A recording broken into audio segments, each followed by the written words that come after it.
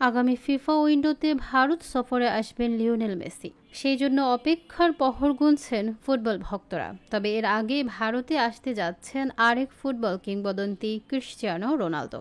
সম্প্রতি এই তথ্য প্রকাশ করেছে ভারতীয় সংবাদ মাধ্যমগুলো।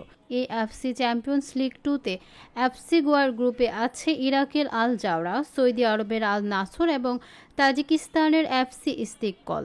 এএফসি কাপে গোয়ার বিপক্ষে খেললে ভারতে আসবেন এই পর্তুগিজ সুপারস্টার। তবে চুক্তি অনুযায়ী এএফসি চ্যাম্পিয়ন্স লিগের এই ওয়ে ম্যাচ খেলতে CR7কে বাধ্য করতে পারবেন না আল নাসর কর্তৃপক্ষ।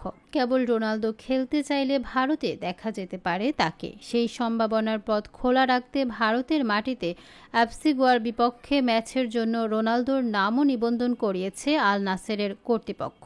সূচি অনুযায়ী ঘরের মাঠে 17 সেপ্টেম্বর খেলবে আল জাওরার বিপক্ষে এফসি গোয়া। 1 অক্টোবর খেলতে হবে এফসি ইস্তিকলের বিরুদ্ধে। 22 অক্টোবর প্রতিপক্ষ আল নাসর। এই ম্যাচে ভারতের মাটিতে প্রথমবার খেলতে পারেন CR7।